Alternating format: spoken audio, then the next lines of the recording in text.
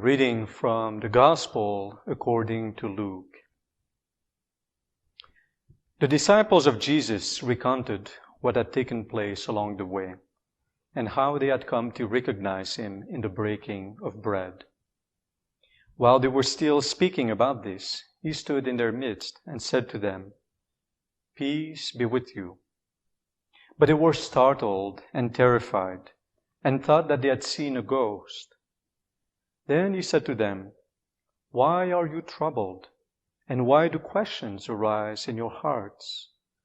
Look at my hands and my feet, that it is I myself. Touch me and see, because a ghost does not have flesh and bones, as you can see I have." And as he said this, he showed them his hands and his feet. While they were still incredulous for joy and were amazed, he asked them, "Have you anything here to eat?" They gave him a piece of baked fish. He took it and ate it in front of them. He said to them, "These are my words that I spoke to you while I was still with you, that everything written about me in the law of Moses and in the prophets and Psalms must be fulfilled."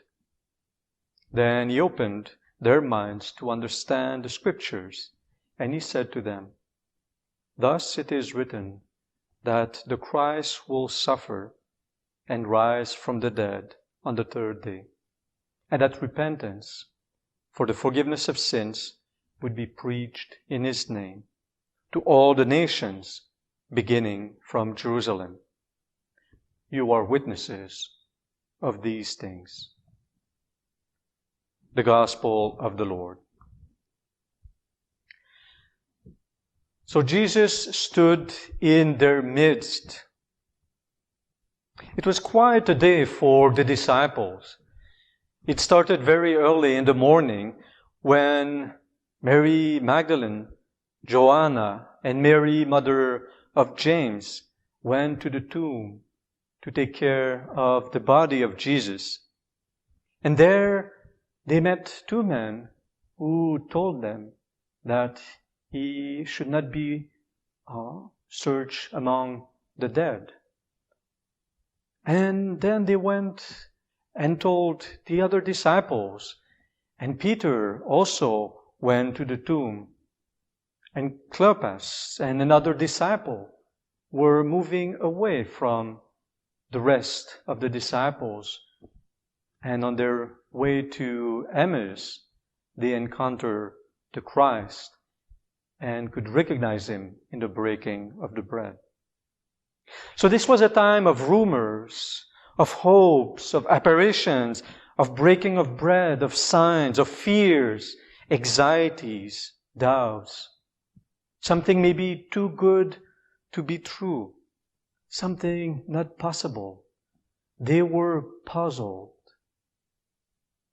But they were together as a community, as believers, as friends of Jesus, as disciples. And then Jesus is there. Jesus stood in their midst, not coming to them. And they were not coming to him. They were not going to the tomb. They were not moving away from Jerusalem. Jesus is simply there, standing in their midst, showing his hands, showing his feet, eating before them. This is not fake news. This is the real Jesus who is there, whom they love, whom they recognize. They're surprised, they're troubled, they're overwhelmed, they're confused. Jesus stood in their midst, in the midst of their hopes, of their fears, of their anxieties, in the midst of their short confinement as a community, in the midst of their doubts, of their questions, of their difficulty to believe and their hope to believe in the signs that were given to them.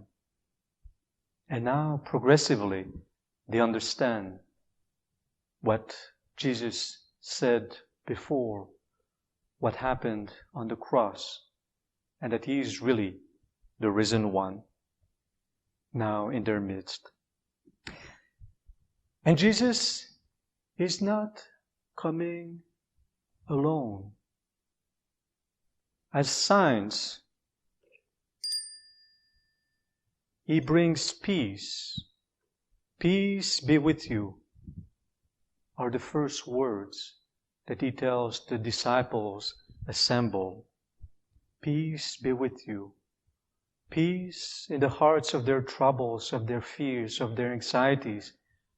Peace that will rest their hearts. But not only peace, a second sign, that of joy. They are overjoyed when they understand what is happening. They are overjoyed as they recognize the Lord and let that recognition sit in them. Peace, joy, signs of the Spirit.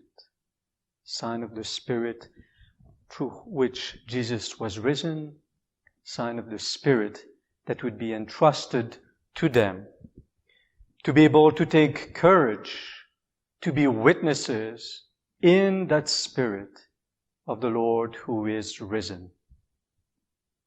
So, in the midst of our fears, of our anxieties, of our questions, of our troubles, let us be met by Jesus who is present in our midst.